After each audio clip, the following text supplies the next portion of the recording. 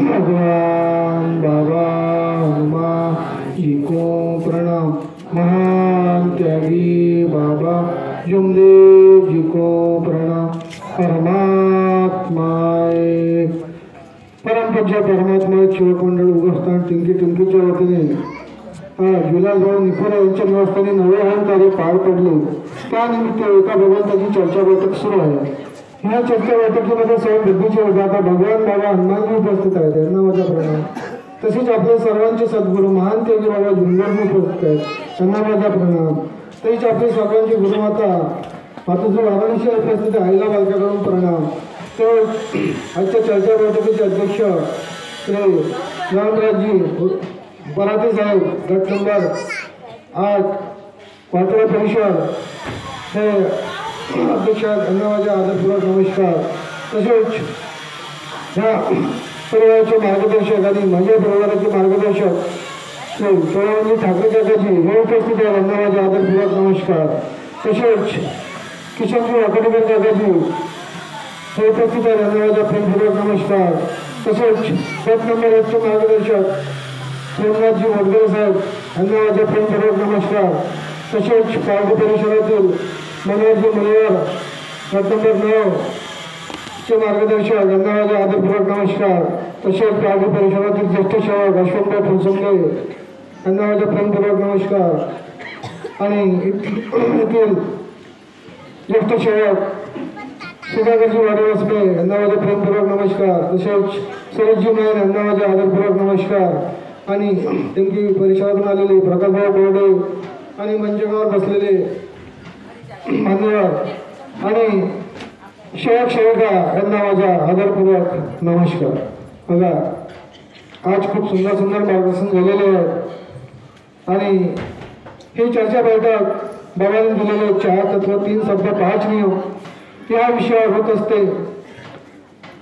आणि आपला हा जो मार्ग आहे किंवा बाबांनी दिलेले आपले मानव धर्माची शिकवण म्हणजे 4 तत्व 3 शब्द 5 नियम आणि शेवकांवर घडलेले अनुभव।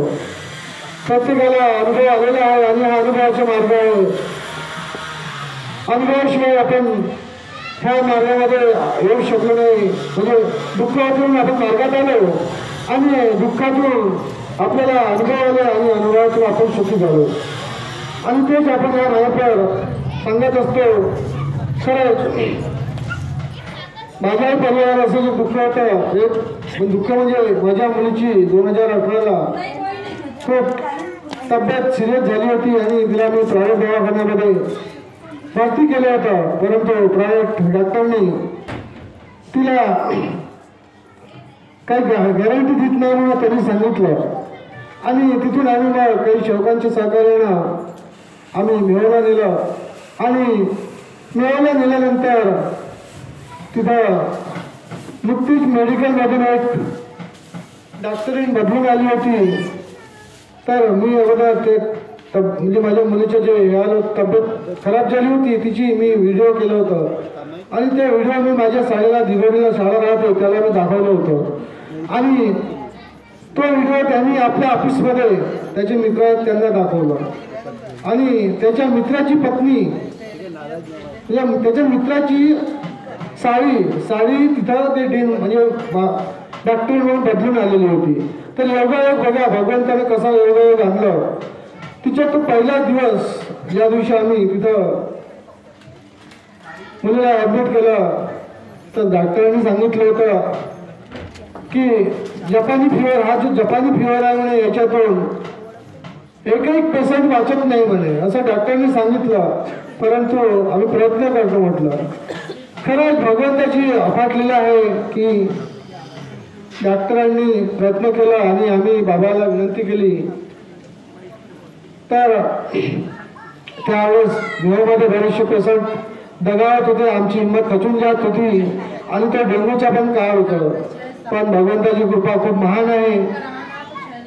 त्याच वेळेस कुणीतरी मला मार्गदर्शन केलं, तुम्ही कार्य करा आणि ठाकरे काकाजीकडून मी 3 दिवसाचे कार्य केले।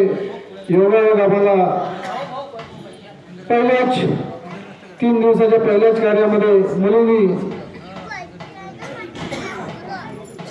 म्हणजे भूक लागली म्हणून मम्मीला भूक लागली पाणी दे आणि जेवण काहीतरी असं बोलली. तर त्याच वेळेस मी ड्युटीवर होतो. बघा ड्युटीवर फोन आला.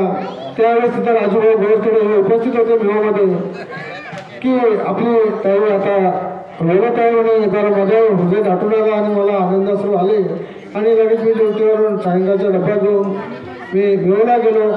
तर भगवंताची कृपा ही खूप महान आहे की डॉक्टरांनी सांगितलं होतं की मुलगी वाचू शकणार नाही आणि हा जो फिवर आहे जपानी फिवर हा 100% म्हणे एकही पेशंट वाचू शकत नाही म्हणे, कारण की तो भयानक असतो म्हणे. तर आम्हाला म्हणजे कुठेतरी भीती वाटत होती की काय होईल बाबू. परंतु भगवंत हा वेळोवेळी पदोपदी परीक्षा घेत असते. आपण डगमगायला नको. कोणत्याही परीक्षेमध्ये आपण डगमगायला नाही पाहिजेत. आणि बाबांनी ती आमची हाक ऐकली. 3 दिवसाच्या पाट्याच्या अंगणमध्ये त्या मुलीची तब्येत बरी झाली. त्यावेळेस आम्ही साध्या कार्यामध्ये होतो आणि नंतर आम्ही दुसऱ्या वर्षी आम्ही त्यागाच्या कार्याला सुरुवात केली आणि त्यागाचे कार्य पार पडले. आणि वेळोवेळी भगवंताने आमची परीक्षा घेतलेली आहे आणि त्या परीक्षेमध्ये आम्ही काही डगमगता पास होत गेलो. आणि असंच भगवंता मला जे मला मागितलं ते मिळालेलं आहे. आणि भविष्यामध्ये मला हा जो पद मिळाला आहे मार्गदर्शकचा हा एक साधारण पद नाही आहे. ह्या पदाला मी निष्काम भावनेने चालवण्याचा आणि पुढे नेण्याचं कार्य करत राहीन. भगवंताचे जे बी कार्य होतात त्या परिसरामध्ये किंवा कुठेही कार्य होत राहतील तिथं मी माझ्या परीनं मी गुणगान लावण्याचा प्रयत्न करेन. मी काही जास्त अनुभवी किंवा जास्त शिकलेला नाही आहे, परंतु या चर्चा बैठकीच्या माध्यमातून बाबाच्या शिकवणीनुसार मी काही ना काही बोलत असतो, सांगत असतो आणि भगवंत बुद्धी मला देत असतात त्या पद्धतीने मी बोलण्याचा प्रयत्न करत असतो आणि भगवंत बोलवून देतात. एवढेच म्हणून मी आपलं मार्गदर्शन संपवतो. माझ्या बोलण्यात काही चुका बोला झाल्या बाबा तर त्या चुका बोलांची मी भगवंताला आणि बाबाला आणि अध्यक्ष साहेबांना आणि सर्व सेवक सेवकिनींना मी माफी मागतो. सर्वांना माझ्या आदरपूर्वक नमस्कार.